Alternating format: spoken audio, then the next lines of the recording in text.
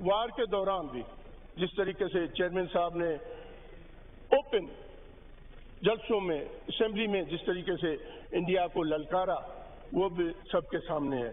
ان کا بہت کردار رہا, بہت زبردست کردار رہا وار کے دوران. اور اس کے بعد سر وار کے بعد آتے ہیں, اس کے بعد آپ نے دیکھا ہوگا انڈیا دنیا کو ایک ڈیلیگیشن بھیج کے ورگلانا چاہتا تھا کہ پاکستان نے یہ وار کیا ہے, لیکن پرائم منسٹر صاحب نے بہت اچھا فیصلہ کیا اور چیئرمین بلاول بھٹو کی قیادت میں ایک ڈیلیگیشن بھیجا اور وہ ڈیلیگیشن پوری دنیا میں گئی, ان ممالک میں گئی جہاں انڈیا کی بات سنی جاتی تھی, جہاں انڈیا کے بات کو وزن دیا جاتا. ایک طرف انڈین ڈیلیگیشن تھی, ایک طرف پاکستانی ڈیلیگیشن تھی.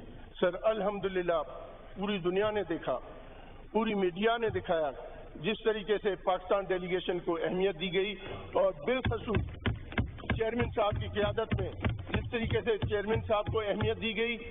کتنے بھی بڑے اینکرز ہوں, کتنے بھی بڑے ان کے تھنک ٹینک کے لوگ, وہ سب چیئرمین صاحب کی بات کو انہوں نے سنا, انہوں نے یقین کیا اور سب نے باور کیا کہ پاکستان نے یہ بات نہیں کیا, پاکستان نے یہ ایگریشن نہیں کی, یہ ایگریشن جو بھی ہوئی ہے وہ انڈیا کی طرف سے ہوئی ہے.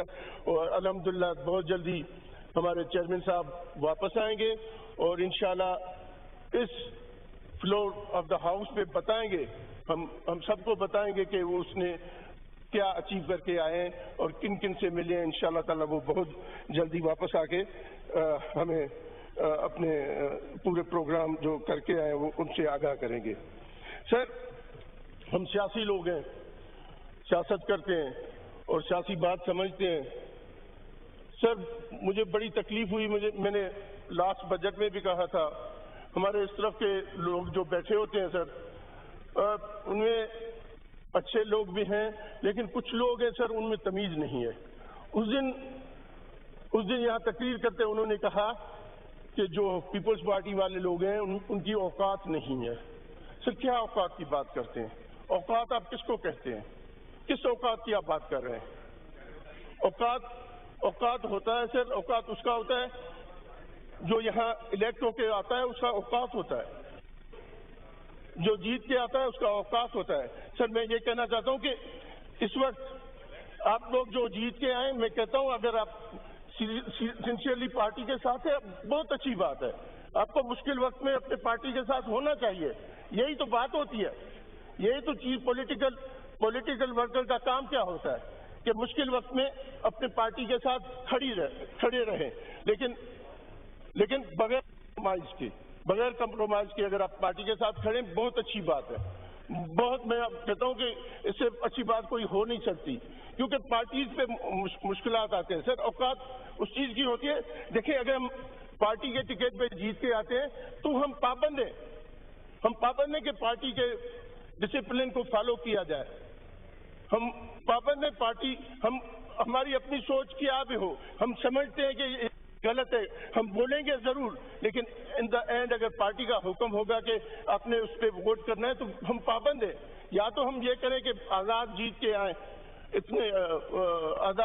اور فارم 45 پہ جیت کے آئیں اور پھر ہم اپنا موقف الگ رکھیں. لیکن اگر آپ پارٹی ٹکٹ پہ جیت کے آتے ہیں اور پھر آپ یہاں بات کرتے ہیں کہ آپ کی اوقات کیسے, میں یہاں بتانا چاہتا ہوں کہ 2002 کی اسمبلی میں یہاں ممبر تھا. آپ کی پارٹی کا چیئرمین ادھر کونے میں بیٹھا ہوتا تھا, ایک ممبر تھا 2002 میں, وہ خود تھے اور کوئی ممبر پارٹی کا نہیں تھا 2002 میں. تو ہم بھی کرکٹ کے شوقین ہوتے تھے, ورلڈ کپ اس نے جتایا تھا, اس شوق میں ان کے ساتھ جا کے بات چیت کرتے تھے.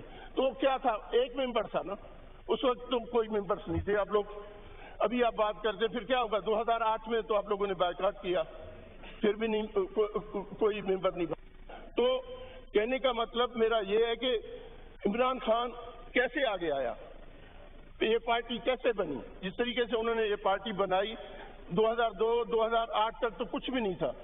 سر آپ لوگوں کو اسپیس ملا, پولیٹیکل اسپیس ملا. وہ اسپیس کیوں ملا کہ محترمہ بے نظیر بھٹو شہید ہو گئی, ایک پولیٹیکل ویکیوم آ گیا تھا جس کی وجہ سے آپ کو ایک اسپیس مل گیا جس میں صاحب آگے آئے اور اس اسپیس کو انہوں نے کور کیا جس میں شجاع پاشا کی بھی مہربانی تھی اور کچھ اس کی کرکٹ کی کیپٹنی تھی. بہرحال آپ آ گئے, آپ سیٹیں جیت کے آتے ہیں, آپ کی ہم رسپیکٹ کرتے ہیں. عزت کے ساتھ سیاست کی جائے, آپ کسی کو بیچتا گالیاں دے کے سیاست نہ کریں.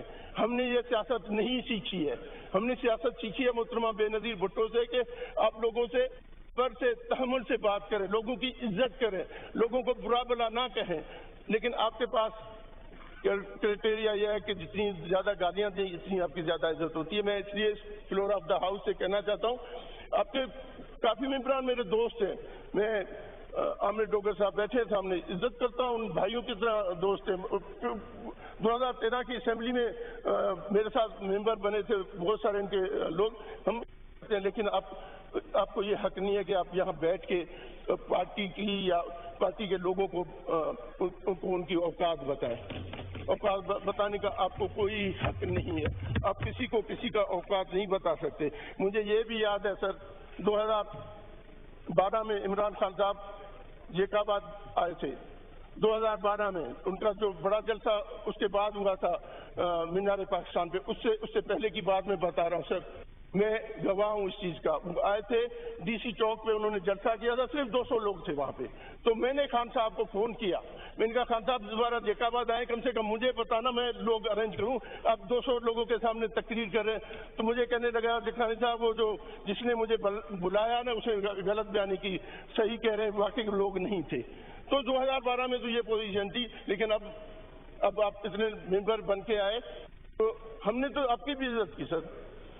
ہمارے سی ایس سی کی میٹنگ میں چیئرمین صاحب نے یہ فیصلہ کیا کہ سب سے بڑی جماعت آپ کی ہے, آپ حکومت بنائیں. ہم نے یہ آفر آپ کو کی, لیکن آپ کی طرف سے وہی چور ڈاکو کی باتیں چلتی رہی. نیو یارک میں بھی جو باتیں ہوئی, یہاں بھی وہی چور ڈاکو. ہم نے تو آپ کو آفر دی کہ آپ حکومت بنائیں. سر سی ایس سی کی میٹنگ میں اس کا گواہ ہوں, راجہ صاحب ہیں, خورشید صاحب بیٹھے, ہم گواہ ہیں. چیئرمین صاحب نے ایک بات رکھی کہ ہمارے پاس کیا آپشنس ہیں. پہلی آپشن ہمارے پاس تھی کہ پی ٹی آئی والوں سے بات کی جائے, لیکن وہ ان کا جس طریقے سے جواب آیا کہ ہم نے کہا کہ ان کو حکومت بنانے کا حق ہے, یہ لوگ حکومت بنائیں. سر دوسرا آپشن ہمارے پاس تھا کہ دوبارہ الیکشن میں جائے, جس پہ سی ایس سی کی میٹنگ میں چیخیں نکل گئی سب کی کہ بھائی ہم دوبارہ الیکشن نہیں لڑ سکتے, ہم اتنی مشکلوں سے لڑ کے آئے, اب دوبارہ الیکشن کیسے کریں. سب نے ڈس ایگری کیا کہ ہم دوبارہ الیکشن کے لیے تیار نہیں. سر تیسری آپشن ہمارے پاس کیا تھی, جمہوریت کے خاطر ہمارے پاس آپشن ہی یہ بتا تھا, یہی بتا تھا کہ ہم نون لیگ کے ساتھ مل جائیں اور جمہوریت کی جو پٹری چل رہی ہے, جو جمہوریت کی گاڑی چل رہی ہے, اس کو چلائیں, جمہوریت کی پٹری چلتی رہے.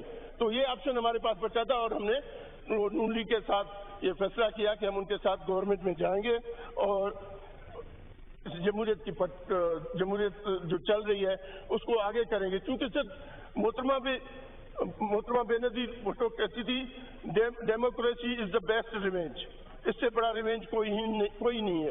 تو چیئرمین صاحب نے بھی اس چیز کو فالو کرتے ہوئے یہی کہا کہ جمہوریت کے خاطر ہمیں ان کے ساتھ مل جانا چاہیے اور اس حکومت کا حصہ رہیں. دیکھیں ابھی بھی سر ہم حکومت کے ساتھ ہیں, لیکن we are not in the part of. ہم جو حکومت ڈیسیشنز کرتی ہے ہم اس ڈیسیشنز کے حصے دار نہیں ہیں.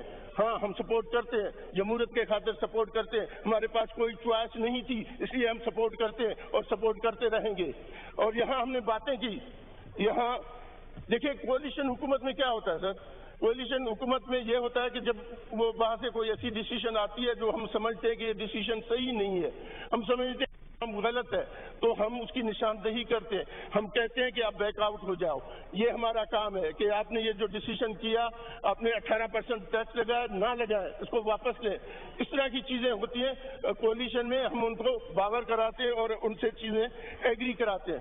سر الحمدللہ یہاں میں اس ہاؤس کو بتانا چاہتا ہوں, سب کو بتانا چاہتا ہوں, اکراس دا بورڈ بتانا چاہتا ہوں کہ ہمارا 4 ویسے تو کچھ زیادہ ڈفرینس لیکن 4 میجر ڈفرینسز تھے. نمبر 1 پہ تھا کہ ہم نے کہا تھا کہ سولر پہ جو ٹیکس لگایا وہ نہ لگائے, 18% کا ٹیکس. سر ہماری گورنمنٹ سے باتیں ہوئی, چیئرمین صاحب نے انٹروین کیا, اب گورنمنٹ بیک آؤٹ ہو گیا کہ اس نے 18 کو 10% کرنے پہ ایگری ہو گیا ہے، لیکن ہم ابھی بھی سمجھتے ہیں کہ 10% بھی زیادہ ہے. ہم پھر بھی کوشش کریں گے کہ اس 10% کو بھی کم کریں یا اس کو کریں یا اس کو 5% تک لے آئیں. اس کے بعد سر یہاں یہ طے ہوا تھا کہ جو بھی پاک پی ڈبلیو کی اسکیمز تھی وہ صوبے کریں. اب یہ طے ہوا کہ ایک ادارہ تھا، انہوں نے نیا ادارہ بنایا PIDCL کے نام پہ. اب یہ طے ہوا کہ وہ ادارہ چاروں صوبوں میں یہ کرے، صوبے الگ سے نہیں کریں گے. اگر وہ ادارہ کرتا ہے تو ٹھیک ہے، چاروں صوبوں میں وہ ادارہ کرتا ہے تو ہمیں اس پہ اعتراض نہیں ہے. اچھا، اور تیسری بات یہ ہوئی تھی سر، اور 2 سال تک جو بھی پرانی اسکیمیں صوبے کے پاس ہیں وہ صوبے پرفارم کریں گے. ایک بات یہ ہوئی تھی کہ یونیورسٹی ہمارے پاس یونیورسٹی کے بارے میں بات ہوئی تھی کہ انہوں نے ایگری کیا تھا کہ ہم 4.8 بلین روپیز دیں گے، لیکن بعد میں وہ اس سے پھر گئے اور انہوں نے 2.6 بلین کی بات کی.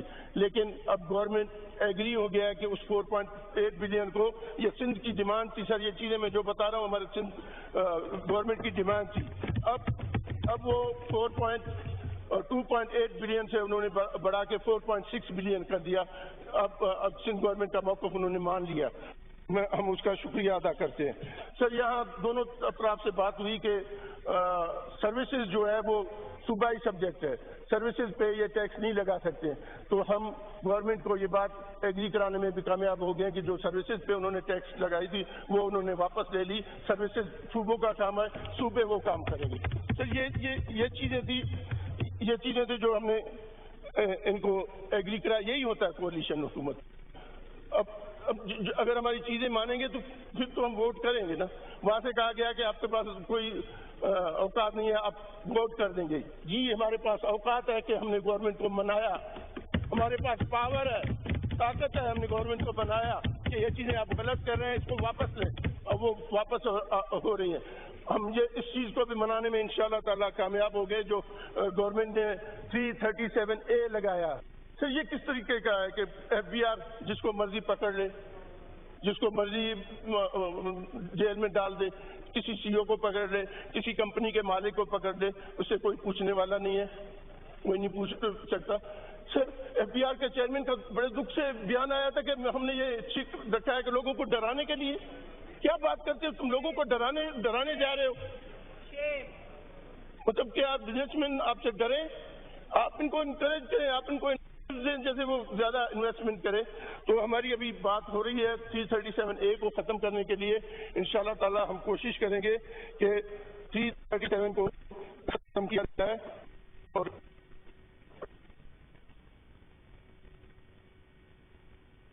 ہوئی ہیں میرے MQM کے دوستوں کے دوسروں سے سندھ پہ بڑی تنقید کرتے ہیں سر کہ سندھ پہ کچھ نہیں ہو رہا، یہ نہیں رہا. اور کراچی کی بات کرتے ہیں سر.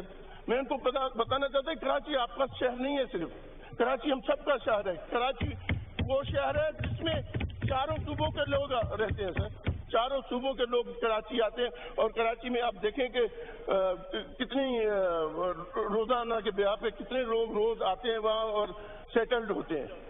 اس کی بات آپ کیوں نہیں کرتے؟